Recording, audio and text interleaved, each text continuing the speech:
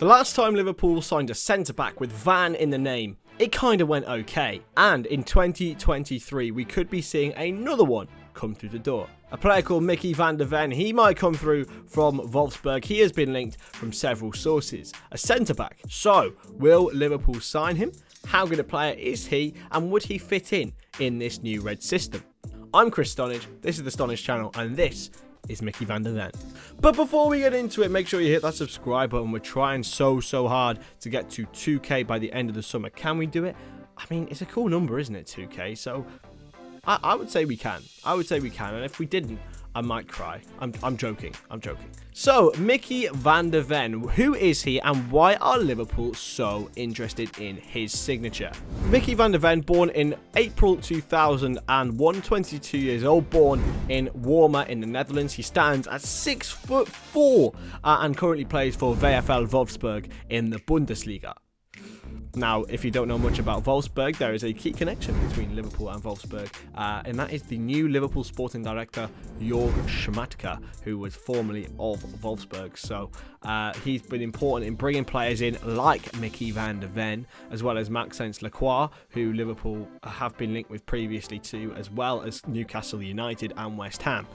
But they were both very cheap, very young, someone who Schmatke believed in from a very young age. Before he played for Wolfsburg, he was actually playing for Volendam in the Eerste Divisie, which is like the championship but in Holland. He scored twice in 26 matches. Then, before signing for Wolfsburg last season, he then played 33 matches, scoring once this season, and was also named in the preliminary squad for the Netherlands World Cup in Qatar.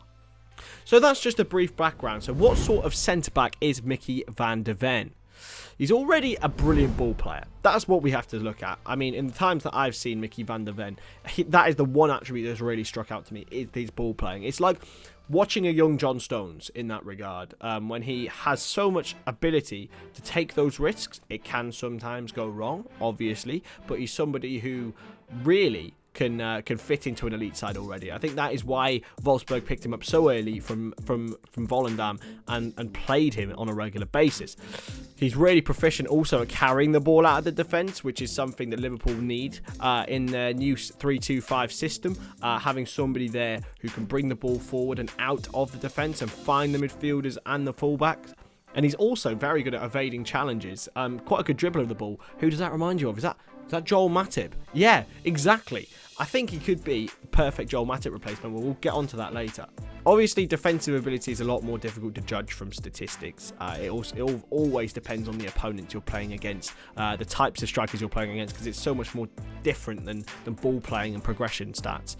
Van de Ven is someone who realistically can be quantified in a ball playing role. So let's talk about his football reference profile. I know we're doing it quite early, but there's a reason for that. Progressive carries, Micky van de Ven ranks in the 90th percentile. Do we know how class that is, lads? Progressive carries for a centre-back to be ranking there is amazing.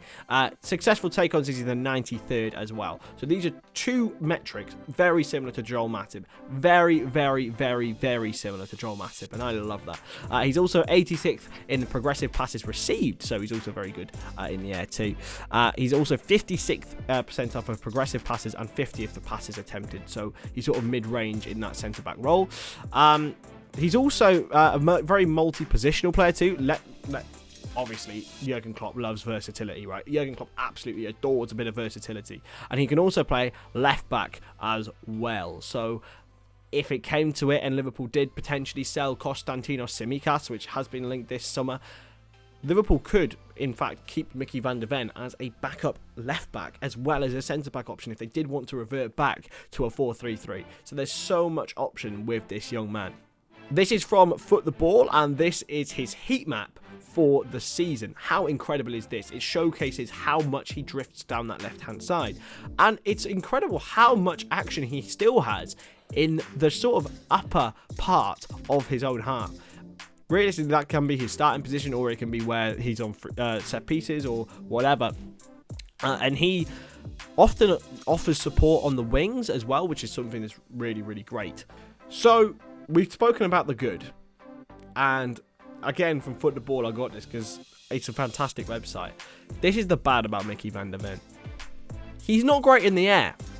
And for someone who is 6'4", absolutely bloody massive, that's weird. That's disappointing.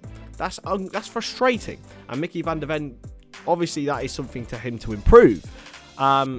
You think that, you know, being this real tall, domineering centre-back, that he'd be somebody who can go out and win balls like Ibou Konate. He's not like that, Micky van de Ven, at all. He's more like Van Dijk in that regard, where he's more of a ball carrier, even though Van Dijk is also just incredible at winning duels. He's not the greatest dirty defender in the world either. He only has 1.06 aerials 1 per 90. He's only in the 4th percentile of players. That is just mental. Considering that is like he is in the worst 4% of players in his position. That's a bit worrying, to be honest. When we have somebody like Joe Gomez, who's very, very similar, yeah, it might be something to do with like the playing style of the teams he plays against. The Bundesliga is very ball-playing oriented. You know, every team plays in a heavy metal pressing style of way. In general, that is a very generalized statement, by the way. It could be something to do with that, but they do not have. He doesn't have a great aerial presence, and that is a worry. So Liverpool. Where does he fit for Liverpool? Liverpool need a centre-back desperately. Okay, Van Dijk, Konate, great. No problem with them. Joel Matip is getting older, and he's also getting poorer. He's not somebody who was... He was amazing in 2021 to 22, but 22 to 23, he was too injury prone and really showcased how slow he was, which isn't a good sign for a centre-back, really. And it's something that can be challenged by opposition forwards. Joe Gomez has too many errors in him. There is a video on Joe Gomez either coming up or has already been released. But it's just not good enough for him. Like, he's not there anymore. So, yeah. He fits in the fact that I think he's the perfect ball player and could be the perfect left centre-back. So Andrew Robertson's been playing there right now. Because Van de Ven has been a hybrid of left-back and centre-back for Wolfsburg, I think that position's born for him. It's absolutely made for him. And Robertson could well still be first choice there because he's Andrew Robertson. He obviously offers so much more than that sort of that centre-backy role. He offers way more than that. But Van de Ven is a natural heir for both Matip and Robertson in that regard. And at just 22, he's 6'4". Like that, I think Liverpool are now looking at bigger players. Let's look at the midfield. I mean, apart from McAllister, let's not talk about McAllister. But look at the targets. Vega's 6 foot.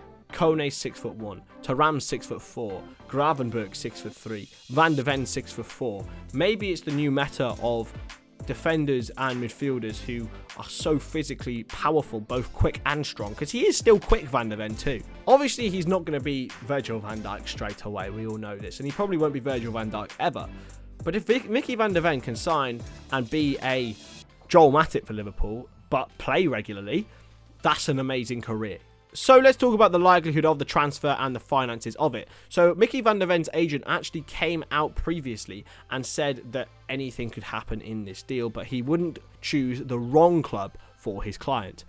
Now, he must see that Liverpool are a club on the rise now from, obviously, the difficult campaign. Liverpool are going to be targeting Champions League football next season. And it's something that Van de Ven could learn and showcase in this current market in the Europa League. And also, the fee is around about 30 million euros. However, there is the thought that Manchester City may also be involved in the tussle for his signature.